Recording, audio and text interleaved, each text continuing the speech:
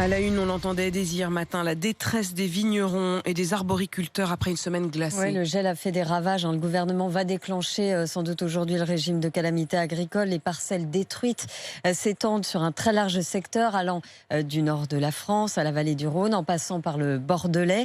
Hier soir, donc, le ministre de l'Agriculture, Julien Denormandie, a annoncé l'activation très prochaine du régime de calamité agricole. Margot Bourdin, qu'est-ce que cela veut dire exactement ? Eh bien, ça veut dire que les agriculteurs qui ont subi des dégâts à cause du gel vont être dédommagés. Pour toucher ces aides, il faudra remplir un formulaire, le plus souvent en ligne, et justifier d'une attestation d'assurance. Formulaire qu'il faudra compléter dans un délai de 30 jours suivant la publication en mairie de l'arrêté ministériel. Alors pourquoi le régime de calamité agricole est-il activé ? Dans un très grand nombre de cultures, les pertes sont considérables. C'est le cas du colza, il était en pleine floraison. C'est le cas aussi des betteraves, indique la FNSEA.